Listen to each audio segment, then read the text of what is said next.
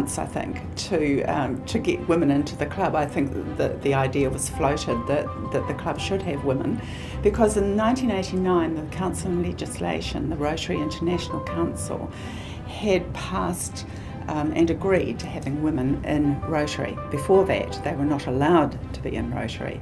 And so that was about September, October. So of course it filtered down a little bit, and so by the time the clubs actually got round to bringing members on board, or finding suitable women, I guess, would be the other thing, that it took to the end of October. So it was a big step. I believe that a couple of Christchurch club Rotarians decided not to stay with the club because there were women, but I don't think we've rocked the boat too much. I think women bring another dimension to any organisation. We all know that things can be done in a certain way, but sometimes women just bring another slant to that. They perhaps don't do the things the same way as men do. They might come to the same conclusion or achieve the same objective, but sometimes women are more inclusive.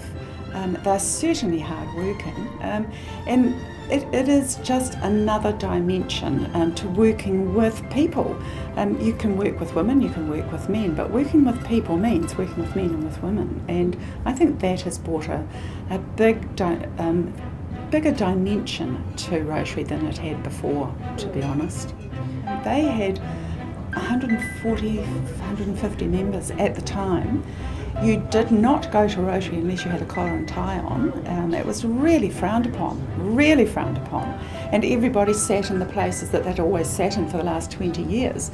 So it was a different thing, and here was a woman coming in who didn't wear a collar and tie, who was a bit inclined to poke fun at them every now and again, and they had to learn to deal with this person, or these people, there were three of us, that they didn't even know that whether they should shake our hand or kiss us on the cheek or what they should do. But so the lead had to come from us, that you stick your hand out and you shake your hand and you deflect the kiss on the cheek, that kind of thing. But I think we felt a responsibility too, because unless you establish those kind of things early on, it was going to be difficult from that point on. So we kept it on a very professional basis, that you shook hands with Rotarians, you stood in line with Rotarians when you were getting your lunch. You weren't offered sort of those niceties that if you were out there in the community you would sort of maybe let women go first. I would always say, look, I'm a Rotarian just like you, so I'm in line with you. So I wanted people to feel comfortable with me there. And that certainly was the case, I think, and that came to pass once I'd become the president, that people certainly respected me as far as my role was concerned, but more importantly they respected the role. And also when I was district governor, same thing. I was the first district governor from our club in 20 years, and before that they'd had a lot of district governors. So once again they weren't quite sure how to handle all of this stuff. So we had to educate them, that I was just the same as every other district governor. My expectations were the same, and so it's worked out really well. And now, as women come into the club, we don't talk about women members anymore. We just talk about Rotarians.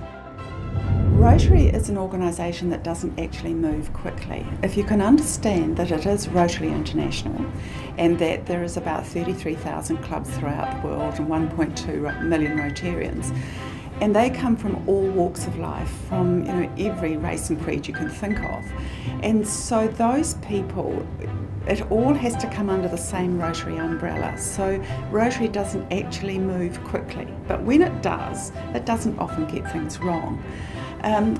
Introducing women into Rotary was a big step.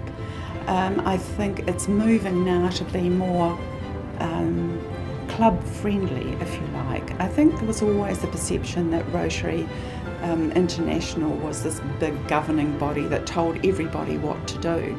But there is a swing now from Rotary International just to be sure that clubs understand that what drives Rotary is the clubs. And that word is getting out now, that if there were no clubs, there'd be no Rotary. It's as simple as that. I hope that the new generation will bring some new ideas, some new ways of doing things. They act and work differently from us oldies, and they want different things. So we have to move with that change, and that always does us good, to move with the change, and accepting younger people and what they do is a good way to do things, that we don't sit down and sing songs through our lunch break and at Rotary. I mean, the young people just wouldn't like that. I couldn't imagine that you would attract young people to Rotary if you didn't change the way you did things to encompass and embrace the things that young people want. Young people these days have got so many things to take care of. They have their families later, that they're 30 and 40 years of age before, and they've got young families, whereas perhaps our older people, their families were off their hands by the time they were 45 or so. They've got a lot of pressure from work. It is no longer a 9-to-5 job that they do, most of them. They work long hours. So Rotary is competing for their time. So it's got to be meaningful for them. It's got to mean something to them that they're going to make time for Rotary.